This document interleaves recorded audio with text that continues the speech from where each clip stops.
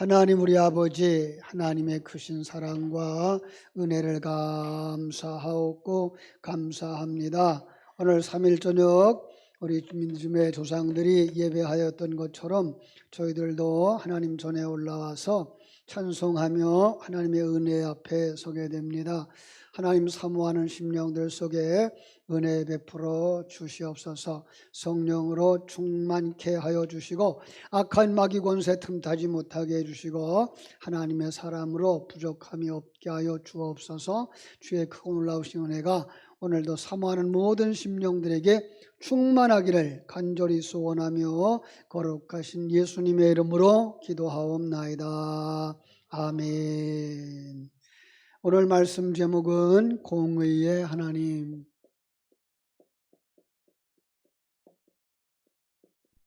이거 제목을 조금 바꿨어요. 사실 그 공과에서는 정의의 하나님 이렇게 말씀을 했어요. 잠언서 8장 20절을 요절로 했거든요. 잠언서 8장 20절인데 뭐라고 되어져 있는가 하면요, 나는 정의로운 길로 행하며 공의로운 길 가운데로 다니나니 그랬어요. 공과에서의 핵심 포인트는요, 하나님은 정의를 찾으시는 하나님인 것을 알라 이렇게 얘기를 했어요. 오늘 정말 하나님의 속성 가운데 한 부분을 여러분들이 눈을 뜨고 볼 수 있는 시간이 됐으면 좋겠습니다. 이런 책이 있어요. 정의란 무엇인가?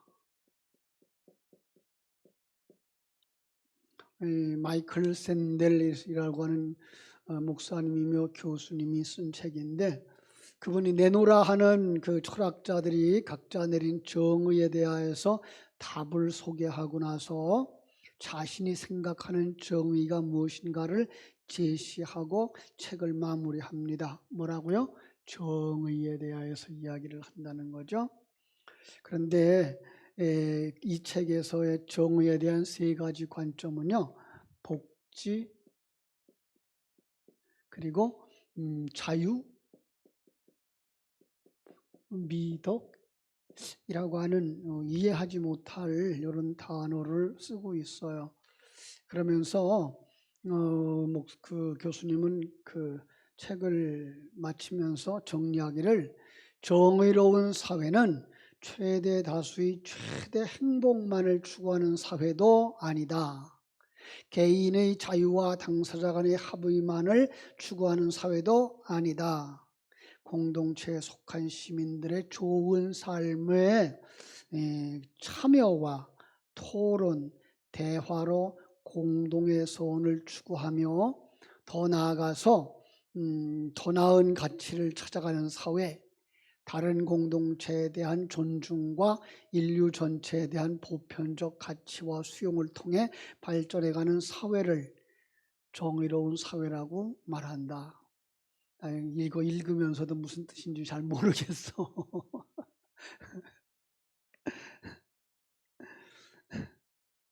저는 그래서 그분이 말한 정의에 대해서 얘기하지 않고 성도들이 말하고 하는, 성도들이 말하는 정의, 그죠? 성도들이 말하는 정의로운 사회는 무엇일까? 그래서 하나님의 말씀이 말하는 말씀 가운데에 있는 정의는 무엇인가? 두 번째로, 이 의라고 하는 단어에 담은 진리는 무엇일까? 이렇게 생각을 해 보려고 그래요. 이 미가서는 미가 선지자가 썼다 그래요. 미가 선지자는 오늘 본문 1절이 말하는 것처럼 남유다의 왕 요담과 아하스와 히스기야의 시대를 걸쳐서 20년이나 한 25년 동안 사역을 한 선지자. 과거에 그 다윗이나 솔로몬의 시대에는 한 번 왕이 되면 보통 얼마 걸려 살았어요? 한 40년을 살았는데 비해서 이 남쪽 유다도 왕들이 자주 바뀌었어요. 요담, 아하스, 히스기야 이렇게 걸쳐가는데 한 25년, 길어야 25년 정도. 근데 그 3대를 걸쳐서 선지자를 했던 사람. 미가라고 하는 단어가 무슨 뜻일까라고 봤더니요. 누가 여호와와 같은가.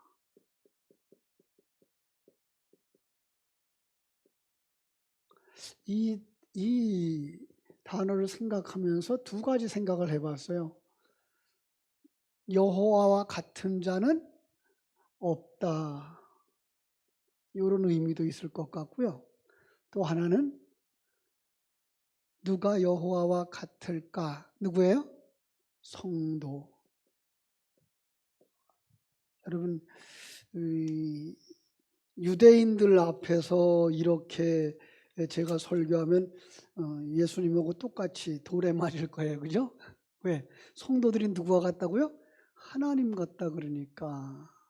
그런데 사실은요, 잘 살펴보면 우리가 이 부분에 대해서 여호와, 성도, 더 나아가서 예수 이런 그 말들이 얼마나 같은 의미를 가지고 있는지 알 수가 있거든요. 미가 선지자는 아모스처럼 열정적인 선지자였고요. 그리고 호세와 같은 사랑이 가득한 선지자였다 그래요. 그가 활동할 때가 배경이 참 안쓰러워요. 남왕국 유다와 북이스라엘이 분열된 이후에 최고의 위기를 맞이하는 그런 상황. 내외적으로 재앙이 가득히 내려온 상황. 하나님의 심판이 임한 상황. 자신들이 하나님의 백성이라고 자부하던 이스라엘 백성들이 어느새 하나님의 원수가 되어져 있었다. 그들은 하나님을 섬긴다라고 말하지만 우상 숭배하는 자가 되어 있었고, 일반 종교화 되어졌고 혼합주의자들의 모습이 되어졌다.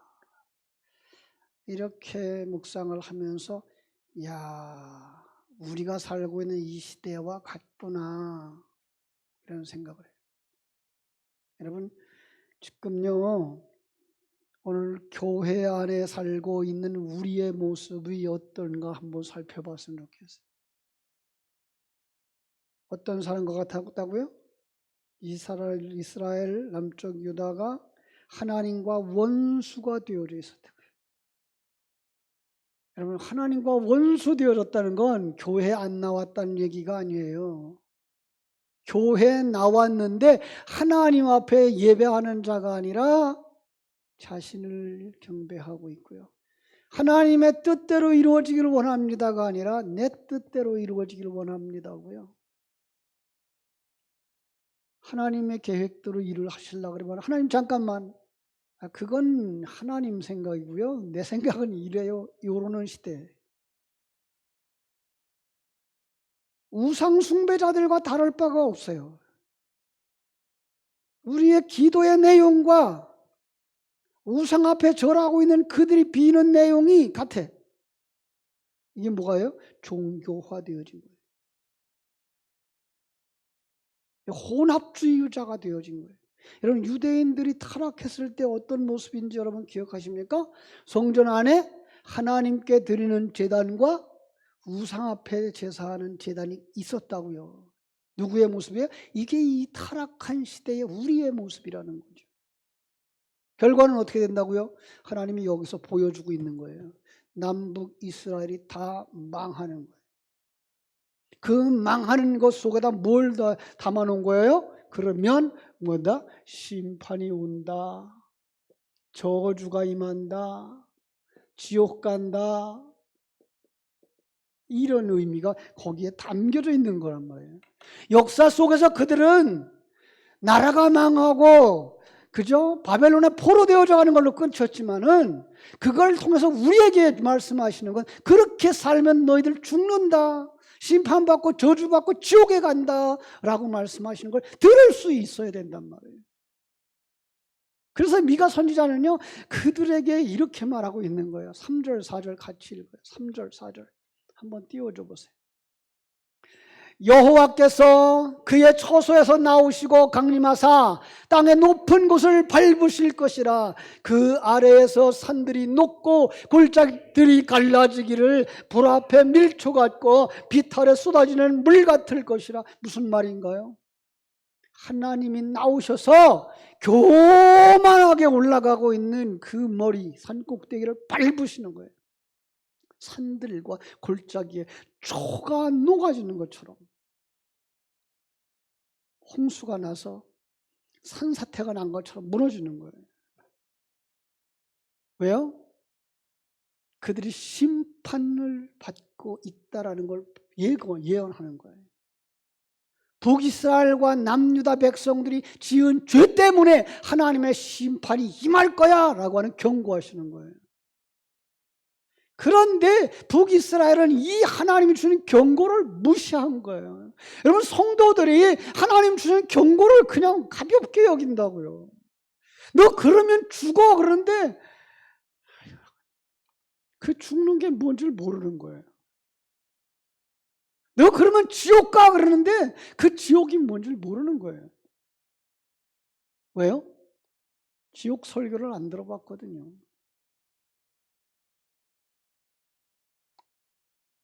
이스라엘은 하나님을 알아야 되는 거예요. 호세아 선지자가 그랬죠? 내 백성이 하나님을 아는 지식이 없으므로 뭐한다? 망하는도다. 오늘 본문의 계시의 그릇을 삼아서 우리에게 주시는 진리의 어떤 한 부분 여러분들이 꼭 붙잡고 갔으면 좋겠습니다. 자, 교과서 공과적으로 볼게요. 첫 번째로 하나님은 어떤 분이다? 정의로운 분이다. 이렇게 표현했고요. 정의로운 자를 찾는다. 이렇게 제목을 붙였더라고요. 조금 좀 더 잘 묵상을 했으면 좋았을 걸 그랬어요. 자, 한번 먼저 보자고요. 이거가 2번이구나. 첫 번째, 정의로운 분. 여러분, 성경이 말하고 있는 정의가 뭐라고요? 여러분, 세상의 정의가 아닌 하나님의 정의. 이거 법 잘 지키고 어려운 사람 돕는 거, 하나님의 뜻을 따라 행하는 거, 그 정도가 아니에요. 그 정도가 아니에요. 너희들이 정의롭게 살지 않아서 하나님의 심판을 받을 거야 라고 경고하지만 여기 단어에 담겨진 깊은 뜻이 있어요. 1장 2절 다시 한번 읽어드릴게요. 백성들아 너희는 다 들을지어다. 땅과 거기에 있는 모든 것들아 자세히 들을지어다. 주 여호와께서 너희에게 대하여 증언하시되 곧 주께서 성전에서 그리하실 것이라. 심판을 하는데 어디에서부터 한다고요? 성전에서부터. 복음을 듣지 못한 그들에게서가 아니라 복음을 들었다고 하는 너희들에게서부터, 하나님을 경배하고 있다고 하는 너희들에게서부터 이스라엘이 행한 죄에 대해서 주께서 친히 증언하시겠다는 거예요. 하나님의 심판의 메시지와 경고를 보낼 때 성도들이 아멘 하고 듣고 그 말씀이 무슨 의미인가를 되새김질하고 거기에 바로 서야 되는데 그러지 못할 때 뭐가 온다? 심판이 온다. 예. 여러분, 더 쉽게 말하면요, 성도는요, 하나님의 생명을 가진 사람은요, 하나님의 명령을 거절하거나 불순종할 수가 없어요. 그런데 불순종하더라 그러면은요, 정말 자기 자신을 살펴봐야 되는 거예요. 하나님을 무시했다는 거고요. 하나님의 생명이 그 안에서 죽었다는 거고요. 제가 늘 하는 얘기처럼 내 속에 두 마리에게 하나는 검은 개, 하나는 흰 개. 누가 이겼어요? 오늘 내가 어떤 개한테다 먹이를 주었느냐 그 녀석이 이겼는데 지금 누가 이긴 거예요? 옛사람과 세상과 사단의 속성이 그를 이긴 거예요. 그래서 어떻게 돼요? 하나님에게 불순종하는 거예요. 성경은 그걸 불순종이라고 하는 거예요. 저는 여기에 정의라고 하는 말 대신에 의라는 단어를 쓸게요. 성경이 말하고 있는 것은요, 우리가 생각하고 있는 정의가 아니기 때문에 그래요. 하나님은 자꾸만 우리가 정의로우신 분, 공의로우신 분, 의로운 분 그러면 어느 만큼은 괜찮고 어느 만큼은 안 되고 이것도 괜찮을지 몰라 이쪽으로 간다고요. 자꾸만 피해가려고 그래요. 우리가 이건 제가 이런 말을 가끔 쓰죠. 우리가 다 죄를 지었습니다. 이렇게 회개하면서 누구는 아니라고 생각해요? 나는 아니라고 생각해요. 예. 중국말에는요 아주 재미나는 표현이 있어요. 우리라는 단어가 두 가지가 있어요. 워먼이라는 단어도 우리가 생각하는 우리예요. 근데 짠먼이라는 단어를 쓰면은 나를 포함한 우리예요. 아주 구체적이죠. 근데 우리는 가끔 하나님 우리가 다 죄를 지었습니다. 우리가 잘못했죠. 그러는 속에 자기는 슬쩍 피해가는 이런 속성이 있어요. 여러분, 그래서 성경 속에 있는 문장들을 하나님의 속성으로 풀지 못한다고요. 하나님의 속성 가운데 중요한 게 뭐라고요? 하나님은 의로우신 분이다라는 거예요. 이 의로우심과 상반되어진 단어가 불의죠. 그럼요. 그래야 로마서 3장 10절이 이해가 되는 거예요. 의인은 없어. 하나도 없어. 이 세상에 의로운 자, 정의로운 자 찾아봐도 없어. 네. 왜요?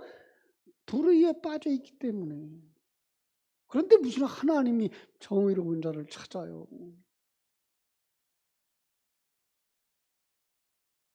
성경은요 분명히 선을 그는 거예요. 의로운 자냐 불의한 자냐 중간은 없다. 불신자들 가운데 세상적 정의를 주장하는 사람들도 있고요. 세상은 공평하게 의를 행하는 공의로운 사회가 되어야 한다고 주장하는 사람들도 있죠. 그러나 하나님의 생명을 가진 자, 하나님의 의와 하나 되어진 의인이 아니면 모두 다 불의한 자, 심판과 저주 가운데 던져질 자라고 성경은 단호하게 손을 긋는다고요. 그러면 한번 우리는 답을 찾아야 되죠. 예. 하나님이 말하는 의라는 것은 무엇일까라는 거예요. 이 천상의 용어예요. 사실은 그걸 이 세상에 하나님께서 사용하는 단어를 담아서 그걸 그릇으로 삼아서 거기다 진리를 담아주셨기 때문에 그렇지 천상의 용어거든요. 이런 의미예요. 창조주와 피조물이 자기의 자리에서 책임과 의무를 다하는 것을 의라 한다. 창조주와 피조물이 자기의 자리에서 책임과 의무를 다하는 걸 의라 그런다. 예. 하나님은 의로우신 분이죠. 이 말은 맞아요. 정의로우신 분이나 공의로우신 분이 아니고요. 하나님은 의로우신 분이에요. 왜? 창조한 이 시간과 공간 세계뿐만 아니라 영의 세계에서 자기의 책임과 의무를 다 하시는 분이에요. 조금도 어그러듦도 없고 조금도 변함도 없이 여전히 의로우신 분이죠. 자기의 책임을 다 하시고 자기의 의를 다 해요. 그런데 세상 속에 내려와 보니까 세상 속에 의인이 없어요. 하나도 없어요. 모두 다 불의한 자요. 모두 다 타락한 자요. 모두 다 죄인이요. 모두 다 심판받고 지옥에 갈 수밖에 없는 존재라고요. 그런데 하나님이 그 속에서 자기 백성을 찾아오시는 거죠. 그래서 불의한 자를 찾아서 의로운 자를 만드시려고 우리를 이끄시고 재창조의 과정을 거쳐서 마침내 완성시켜 주시는 분이에요. 그렇죠? 그 일을 위해서 예수님을 어디로 보내요? 이 세상으로 보내요. 예수님이 이 세상에 와서 정말 의로운 자가 불의한 자의 옷을 입고 오신다고요. 그래서 불의한 자들의 대표가 되시고요. 그리고 피조물의 완전한 모습으로 순종하신다고요. 하나님이 요구하는 것을 다 순종하는 거예요. 내 뜻대로 하지 아니하시고 보내신 자의 뜻을 따라서 하는 완전한 순종. 지옥에 가라 그러면 지옥도 가요. 십자가 지나가면 십자가 져요. 그래서 의를 완성시키신 게 십자가의 죽음, 부활로 완성되어진 모습을 보여주고 가실 때 자신의 의의 옷을 벗어서 우리에게 던져주고 가시죠. 그러면 우리는 어떻게 돼요? 그 의를 받은 사람들이 돼요. 그의 의의 옷을 받은 사람들, 그 예수를 본받는 사람들 되죠. 처음엔 잘 안 되어져요. 그런데 이미 그분이 옷을 입혀주었기 때문에 그리스도의 의 안에서 뭘 배워요? 순종을 배우면서 옛사람, 옛옷을 벗어버리고 새 옷으로 갈아입어져 가는 과정을 거쳐가 마침내 완성되어지면 우리가 영의 영역으로 쑥 들어가는 거예요.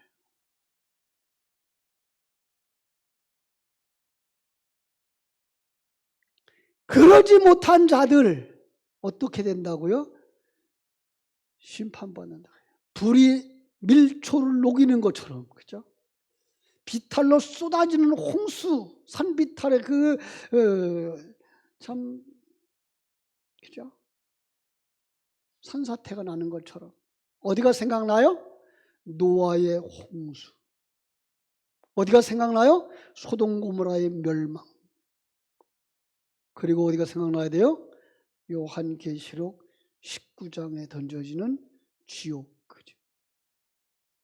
여러분, 하나님은 오래 참고 계시죠. 하나님의 호의가 계속된다고요. 그래서 우리 뻔뻔한 사람이 되면 안 돼요. 의로우신 하나님은 하나님의 때가 되면 심판하셔요. 여러분, 하나님의 심판을 어떤 사람들 생각하는 것처럼 앞으로 1000년은 더 살 거야, 1000년 후에나 올 거야, 여러분 그렇게 생각하시면 안 돼요. 오늘 이렇게 될지도 몰라요. 내일이 될지도 몰라요. 한 달 후가 될지도 모르고요. 1년 후가 될지도 몰라요. 아무도 몰라요. 곁에서 이 세상을 떠나 천국으로 가는 사람들을 한 사람 한 사람 보면서 그래, 나도 저기를 가겠구나. 그 시간이에요. 그 후에는 더 이상 몸부림쳐도 소용이 없고요. 기회도 없어요. 그래서 성경은 우리에게 뭘 하라 그럽니까? 준비하라라고 얘기하죠. 준비하라고. 누구처럼 준비할까요? 슬기로운 5 처녀처럼.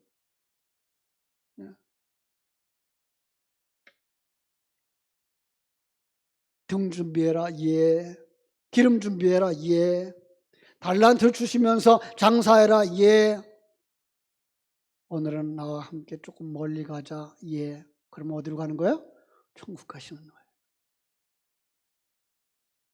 이게 피조물의 의인 거예요.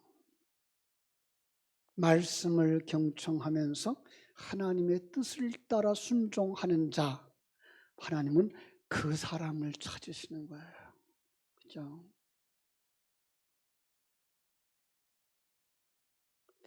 정의를 찾으시는 하나님, 정의로운 자를 찾으시는 하나님,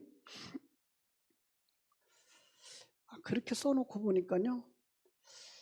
성경과 조금 어긋난 것 같다는 생각이 들어요. 주님이 뭐라 그랬어요? 마가복음 2장 17절 한번 같이 읽어볼까요? 예수께서 들으시고 그들에게 이르시되 건강한 자에게는 의사가 쓸데없고 병든 자에게라야 쓸데있느니라. 나이는 의인을 부르러 온 것이 아니요 죄인을 부르러 왔노라 하시니라. 아멘. 의인은 없나니 하나도 없어요. 근데 무슨 의인을 찾으러 와요? 무슨 정의로운 자를 찾으러 와요? 주님 이렇게 말씀하셨잖아요. 나는 의인을 찾으러 온 것이 아니고 죄인을 찾아왔다. 본문 속에서 이런 충돌을 피하고 싶어서 제목을 이렇게 잡고 북쪽 이스라엘은 불의를 행하는 자들, 우상숭배자들이라 망했고 남쪽 유다는 의로움이 있어서 구원받을 것이라고 한 거야. 이렇게 말하고 싶다면 이건 성경신학적으로 맞지 않죠. 그렇죠? 제가 중국에서 우리 학생들을 가르치면서 여러분들은 목사님의 설교를 들으면서 그럼 우리가 어떻게 해야 돼요? 라고 질문을 해야 되는 거 아닙니까? 라고 얘기했어요. 이번 주에는 동쪽으로 가시오라고 설교했고 지난주에는 서쪽으로 가시오라고 설교했고 또 한 주간에는 남쪽으로 가라고 설교하고 그럼 교인들 보고 어디로 가라는 거예요? 그냥 본문의 한 부분만 가지고 설교를 하니까 성경신학적으로 보고 전체적인 맥락을 보고 방향을 잡아주지 못하니까 교인들은 나중에는 헷갈려가지고요. 진리를 찾으려고도 안 그래요. 그냥 목사님 말로는 옳은가 봐. 그리고 설교 들을 때만 아멘 하고 끝이에요. 되새김질을 하질 않아요. 왜? 되새김질을 하면 충돌되거든요. 맞질 않거든요. 여러분, 그럼 어디로 가야 돼요? 세상에서 잘 살아야 돼요? 응?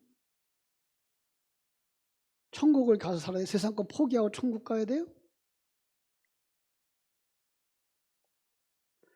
세상 가봐라. 가보면 거기 뭐가 있다? 구원이 있나 확인해 봐라. 이 말을 맞을 수가 있어요. 그렇죠? 여러분 우리가 정말 준비해야 돼요. 목사님의 설교가 옳은가? 왜 목사님은 저렇게 설교하지? 내가 잘못 배웠나? 잘못 들었나? 성경을 잘못 읽었나? 묵상하고 내가 하나님의 사람 되기 위해서 정말 전능하신 하나님이 나와 함께 하시는 거 맞다면, 역사를 섭리하시는 하나님이 맞다면, 내 인생 걸어온 길이 주님이 손잡고 가는 길이 맞다면 이 모든 것을 합력하여 선을 이루실 하나님이 지금 나와 함께 나를 새 창조하고 있다는 것을 믿는다면 뭐 할 수 있어야 돼요? 아멘 할 수 있어야 되고, 아멘하지 못하고 있는 것에 대해서 우리는 회개할 수 있어야 되는 거죠. 그러지 않고 내가 주인 되어져서 내 잣대를 가지고 내 평가 기준 가지고 이게 옳아요 라고 이거 채워달라고 주장하면 그걸 갖다 뭐라 그런다? 오늘 본문이 말한 것처럼 우상숭배라는 거예요. 여러분 다시 한번 생각해 보세요. 우상숭배가 뭐예요?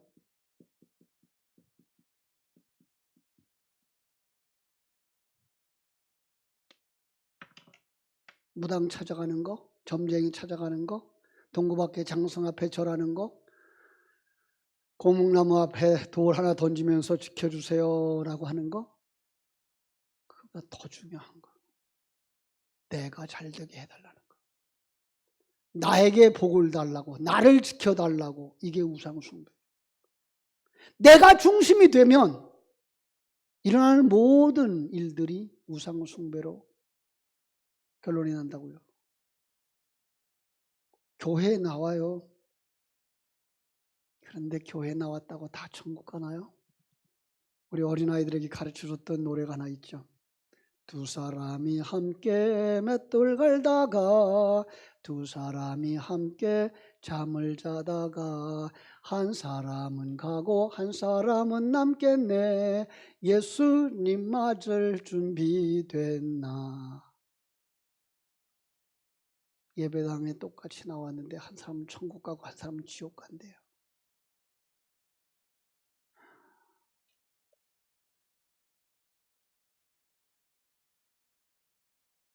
여러분, 우리도 그랬어요. 나도 그랬어요. 그런데 이제는 어떻게 해야 됩니까? 내 뜻대로 마옵시고 주님의 뜻대로 이루어지이다. 그래서 주님 뜻대로 살기로 했네가 나와야 되는 거죠. 그죠? 하나님은 이렇게 어둠 속에, 우상숭배자들 속에, 나 중심의 인생들 속에 찾아오셔서 자기 백성들의 심령 속에 오셔요. 천에 하나 만에 하나. 7 귀신 들렸던 마리아를 찾아오셨고, 세관에서 세금 받던 마태를 찾아오셨고, 가늠하다가 현장에서 잡힌 여인을 찾아오셨고, 우상을 만들고 우상을 숭배하던 아브라함 같은 사람을 찾아오셨어요. 우상에 빠져 있는 우리에게 찾아오셨어요. 그런데 그 찾아오신 날, 그를 만나고 그 앞에 순종하는 자 되어질 때, 여러분, 그 사람이 복 있는 사람이에요.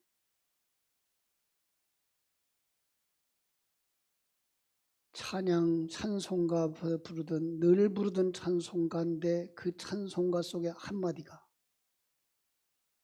목사님의 설교 늘 하는 소리 같은데 그 속에 한마디가, 장로님의 기도 늘 하는 장기도 같은데 그 한마디가 내 심령 속에 진리로 생명으로 찾아오시는 거예요.